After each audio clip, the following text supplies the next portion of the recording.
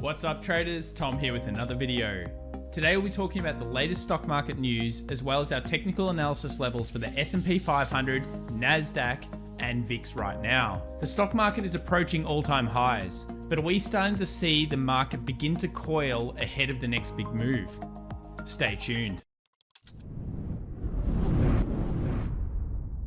So as we always like to do together, let's take a look at what happened yesterday in the stock markets. And for anyone watching this, this is a good way to get a bit of an idea on the current distribution and movement into each sector in the stock market. So here we have the heat map of the S&P 500, and we've been talking about how there's been a bit of a general movement going on. Yesterday was pretty mixed, and we can see that straight away. Some stocks are up, some stocks are down, and overall there's no clear direction. But what we do see over the last week is that we see that the FANG stocks have started to be less in favor and profit taking is occurring on these potentially semi-parabolic stocks. I still think Apple is one that we want to be looking at over the next coming weeks, as Apple is fast tracking itself potentially up to $500, and it may stop just before that zone, and then that may be the market that we want to be looking at to give us an indication for the NASDAQ and the S&P 500 moving forward. Another thing that's been happening is that movement into value stocks continues.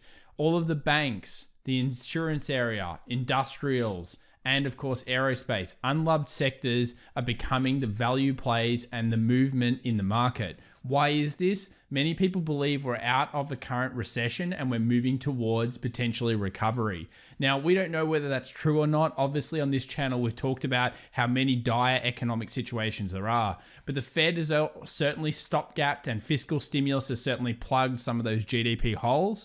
And for the stock market right now, where else are we going to look at value? Well, it's certainly not going to be in these growth stocks such as the FANG ones.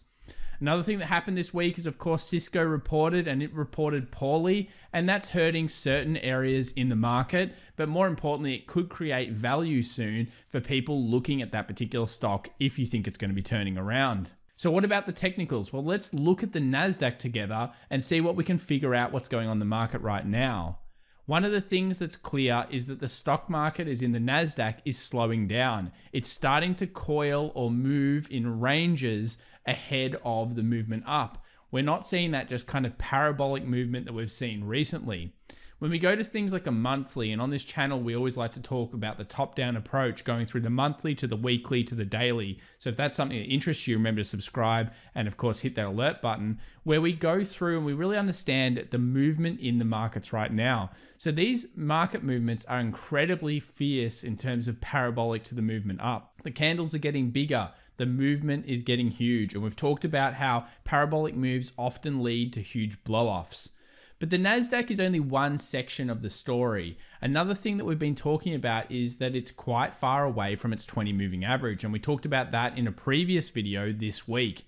This shows us that we are not at the normal kind of pace that we expect in the markets, where the market goes up, has a pullback, the market goes up, has a pullback. So we could be seeing some further coiling on the NASDAQ as we await more what the S&P 500 is going to be doing technically.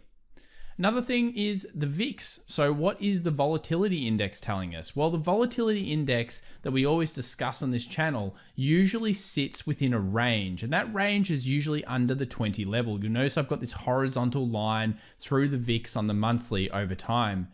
Why is this? Because only a very small period of the time, generally speaking, will the volatility index remain above the 20. And when it sits under this zone, the fear is out of the market, and it's time really to potentially be always looking for the long opportunities and of course the dip buying. Right now, what are we seeing? Well, the market came down to the 20 on the VIX and quickly rejected that with a sharp increase in volatility. So the 20 is clearly a point to watch, and it's interesting that we're hitting the 20 at the same point as we're hitting all-time highs, potentially on the S&P 500 stock market. So the longer we see a market coiling, or the longer it creates a structure for, what does this mean? It means it's winding up, and when it gets through either the buy side here, the volatility increase side, or it gets below, usually the movement is quite fierce. This helps us gain an understanding that usually markets reach key points all at the same time. We've seen what happens when things go parabolic with gold and silver recently, with those huge blow-offs that occurred. And we talked about this week how we expect them to go up and then probably sell off again just because of the nature of that type of event. But the VIX and the S&P 500 hitting very similar kind of key points at the same time points to us knowing that we're hitting critical levels at a very key point. So let's take a look at the S&P 500 together. Here it is. We've got the previous pre-virus highs over here, and we have just achieved almost getting to the same all-time high. What is this below? It's below the psychological 3400 zone. So what does this mean for us as traders? Well, we've had a full V-shaped recovery in terms of the market has recovered very quickly, very aggressively. What does this possibly point us to? Well, we have to look at history and see how other smaller V-shaped recoveries have done. Well, over here in 2018 to 2019, we had a V-shaped style recovery, a fairly quick sell-off, followed by a very nice move up. When it went to all-time highs, what happened? A dip occurred and the market came back down to a previous level of resistance, which acted as support and a buying opportunity, or a dip buying opportunity. If we continue to zoom this out and we go all the way back to the GFC, again, that was a little bit slower in terms of recovery than we've seen right now, but the fall off was even bigger, so the recovery was going to take longer, of course. So why do I talk about the GFC or global financial crisis? Well, it gives us as traders and investors a better understanding of what can happen over these points. So let's take a look at this previous high over here and then think about what happened around that break. Well, around that break, we saw a coiling event. We saw several weeks where the market basically stayed range bound and then broke out higher and moved quite aggressively for a few weeks, giving some nice opportunity. But more importantly, it then dipped back down and the previous resistance acted as support and a dip buy. Why is that important? Well, it means that investors don't need to necessarily have FOMO. Why don't we need to have FOMO? Well, we don't need to have FOMO because when the market breaks to all-time highs, it generally will come back down and it will test the previous point. We also have seen in the other V-shaped recovery from 2018 to 2019 that the market coiled and then sold off into a dip buying opportunity. So right at this point, does this create us a great area of buying or selling?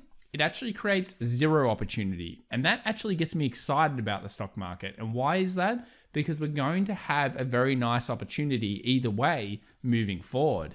It's one of these key levels, and we always talk about key zones and key price action levels, where while you may not do anything right now, you will be given the opportunity to make a decision whether you're long or you're short in the stock markets relatively soon. And the longer it sits at this zone, the better that opportunity generally will be. Another thing I want to point out is that this all-time peak of the GFC was very similar to what we saw pre-tech bust. So actually the market, for anyone that hasn't looked over this chart before, came to a high, sold off during the tech bust, and then recovered back to a very similar high. So we can see the damage that can happen from all-time peaks. Now, obviously, every situation is different, but this still doesn't change the fact that usually when you see these V-shaped recoveries, just like we saw here, even if it breaks through, it pretty much generally will dip back and give you the easier, more conservative entry. So it offers us as traders and investors the ability to have no FOMO and sit back, relax, and take advantage of the situation when it comes to us. That in many ways is the difference between professional investors and traders and unfortunately retail investors like you or myself. We usually fall into the trap of the FOMO, and I'm sure everybody out there has a story about where they fell into the FOMO trap before. So what else makes me think that the S&P 500 might be reaching a point of critical resistance? Well, it's actually pivots, and I don't often talk about pivots on this channel, but we're just about to reach a pretty key critical pivot here of the second resistance pivot for the month. So this is the monthly R2, and the monthly R2 sits at a point of 33.96. Now that is where exactly we sold off yesterday. Notice also the second R2 pivot before the crash was reached at 33.85 and it sold off. very rarely will the stock market move above R2 or of course R3 pivots. It's just not usually what happens, and the market usually requires an incredible momentum to get there. Look on this sell side during the current crisis. What happened with the pivots? It got through, of course, the S2, but it did not break the S3. And this shows you how important these key monthly pivots are. And I always encourage people to use as many reasons, to many good technical reasons, to find out whether they should be in a trade or not. So the monthly R2 has been reached. We have found resistance so far, and this would be a point where you usually see that consolidation or at least some form of sell-off where the market will start to coil or range. What about the 4-hour though? What's that telling us? Well, clearly we're forming a point of resistance before that key psychological 3400 zone as well. The market likes to kind of look to key psychological levels. Previous high, did we see it hit the 3400? We did not. It barely almost got there and then sold off. And that's why I say whenever you're looking at profit, if you're looking at a share that's about to reach $100 for the first time, do you think you'd be taking profit at $100? I don't think you would. I think you should be taking profit at 99 something, because what usually is going to happen is the market will come up, it will reach just before the 100, sell off, freak everybody out, freak all the retail investors out, and then it might go on. And of course, the next time it reaches $100, it's most likely going to blast through that zone. So that's why this is such an important zone right now. Are we going to see a blast very quickly just because there's so much FOMO and so much hype in the markets? Or are we going to start to see the coiling formation in the markets followed by a bit of a pullback? And where could that pullback be? Well, actually the weekly will show us. So if we go over here and we look at the current market conditions, the pullback is most likely going to be to a 3200 level, at least initially. Why is that? Previous resistances will become support. But more importantly, by the time this market's selling off, it would be coming back, and the 20 moving average, the dynamic support, the dynamic kind of area that the market likes to gravitate to, would be moving up as well. So they might intersect with the same point and become very good buying opportunities. Just like that happened before at the 3000, the 3200 may be the next portion of the dip. So something to be looking at and something to be always setting alerts for and learning about in the market. So if you enjoyed this video today, of course, remember to subscribe and hit that alert button. And remember, knowledge is empowering, but only if you're able to act on it. We'll see everybody over the weekend. Thanks very much for the support of the trading community. And remember, we do also have that competition on our way to 20K subs. So we'll be giving away $500 to any lucky trader or investor just for being a subscription member. And of course, if you like some of our socials, we appreciate that as well. Bye.